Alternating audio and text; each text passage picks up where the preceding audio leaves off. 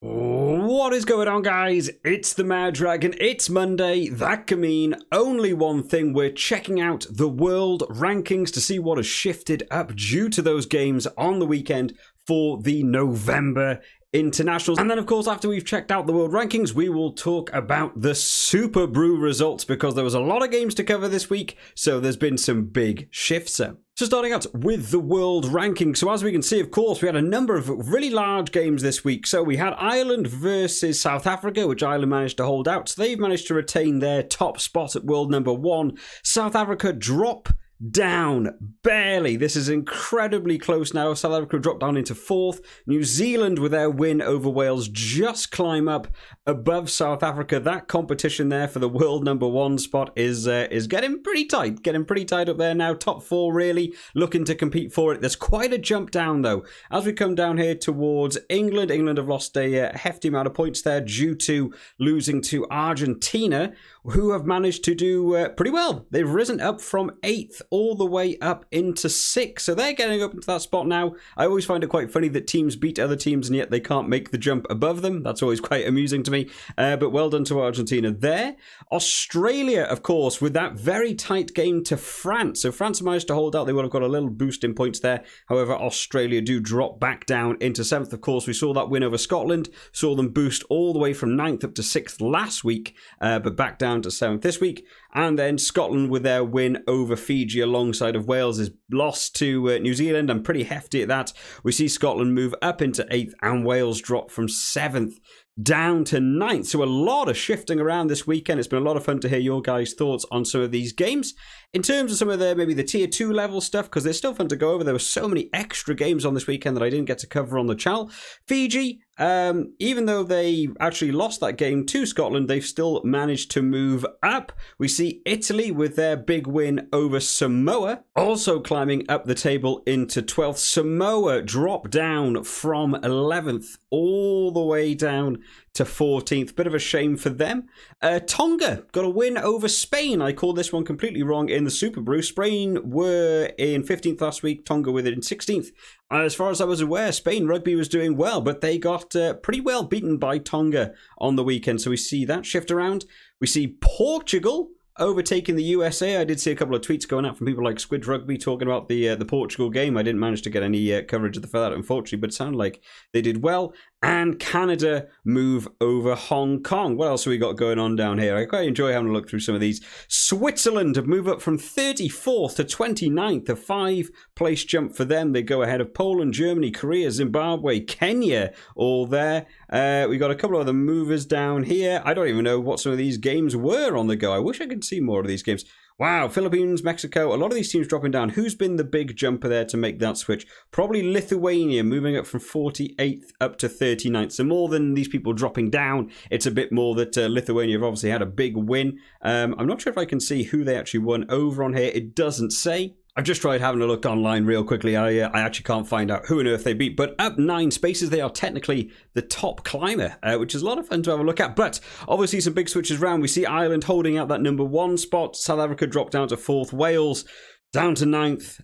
But some nice shifts up there. A lot of these teams will be happy. But of course, come back next week to check out the world rankings to see how they switch up at the end of round 2. Just a quick interjection before we move on to the Superbru stuff. I put out a poll yesterday, which I thought was a lot of fun. Let me know if you guys enjoyed this sort of stuff down in the comments, because I actually quite enjoyed finding this out. We had 70 people join in about what their favourite game of the round is, because I quite enjoyed it. And obviously, yeah, I can look at the videos and see what gets the most views and stuff. But it's quite nice to have sort of direct contact with you guys. So 1% picking the Scotland-Fiji game, 6% voted for the Wales, New Zealand, Ireland and South Africa out by a mile. Obviously, the best game for the weekend for a lot of people watching that one. France versus Australia on 19% alongside of England and Argentina. So there were some really good games on the weekend, including some of the ones that we'll be getting to see in that World Cup, like Ireland, South Africa and England, Argentina. But obviously that one out there by a country mile, I did really enjoy that one. I think that's probably the one I would have voted for as well, to be fair. I really enjoyed sitting down and getting to watch that one. Moving on to the Superbru results then, where a lot of people scoring very high. Amazingly, I thought I did pretty well in terms of how many I got picked right. You can see my results over here. You can see I got a lot of red in terms of the match point stuff, but in terms of actual picking, I did get a good amount of it correct, but I ended up here right sort of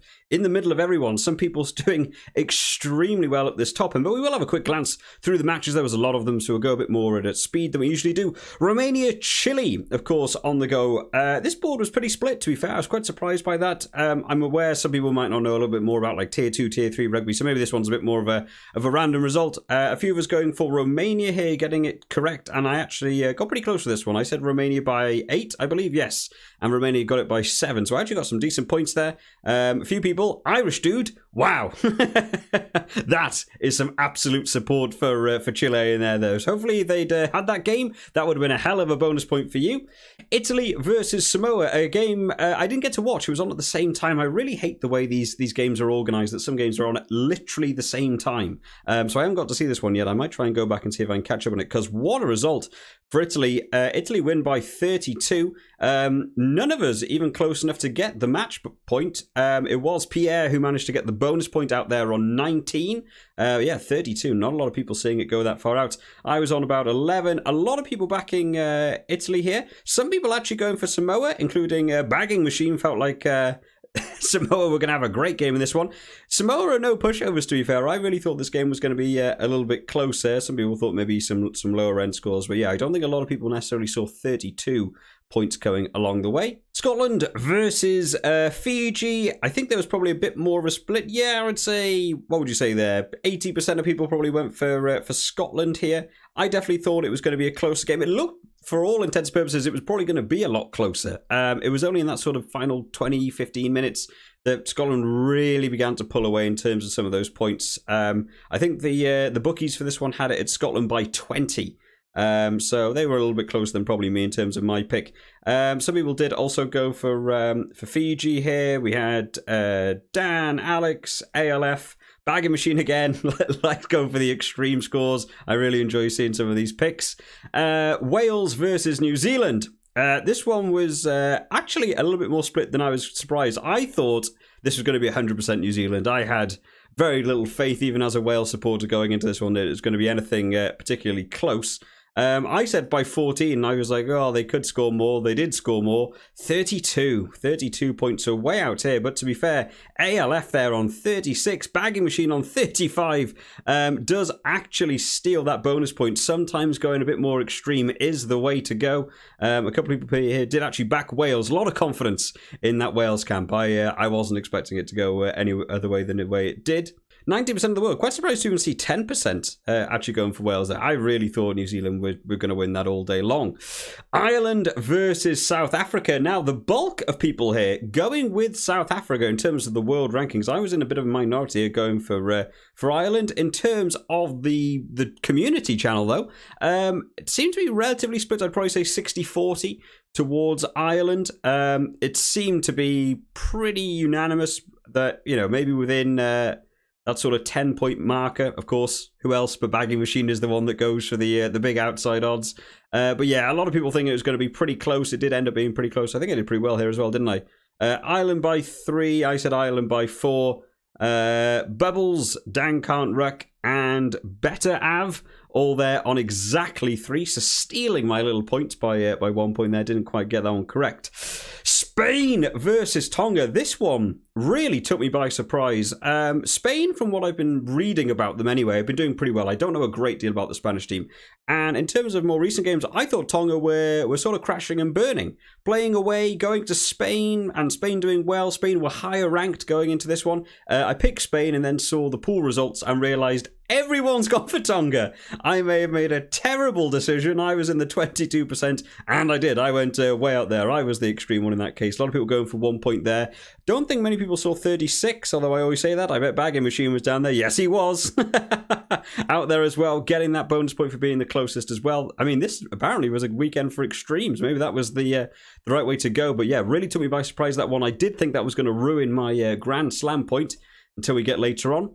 France versus Australia, a much closer game than we expected. 30 points to 29, 1 point in it, and I feel Australia could have won that game. Yeah, a lot of people going sort of the similar way to me. Everyone sort of thought maybe here double figures, you know, for France. They really expected to go that way. Better have had a real good shout there, actually going for a draw. That could have been a really good one to go for. A couple of people backing Australia, most people backing France. That would have been some egg on my face had Australia actually stolen that one.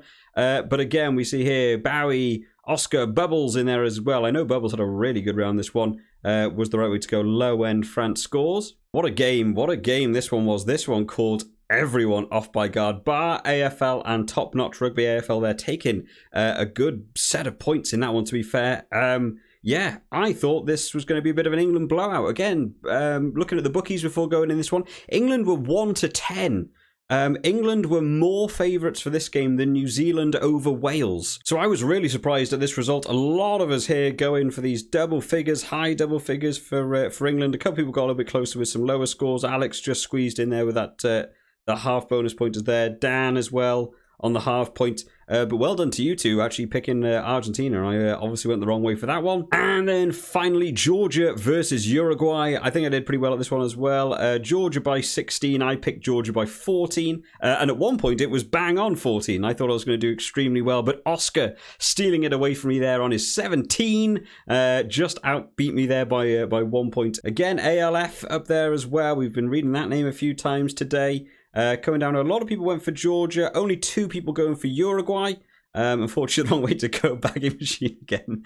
Just always the outside chance, but it's paid off a couple of times, so you can't say it's all that bad. In terms of the actual results, then we have 3 people absolutely taking a bit of a lead in this one. We have Bubbles out there in first on the 10.83 and absolutely smashing that round.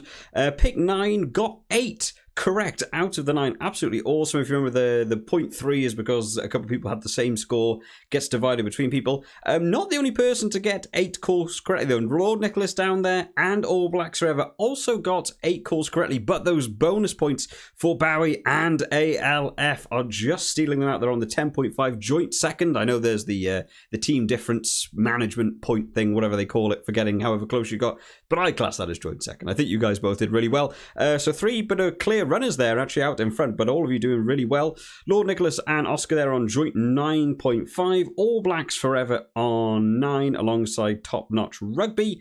Dan Can't Ruck just squeezes past me again with that extra little 0.33 that everyone got to share. I managed to get up to 8.5. Alongside Pierre also on 8.5.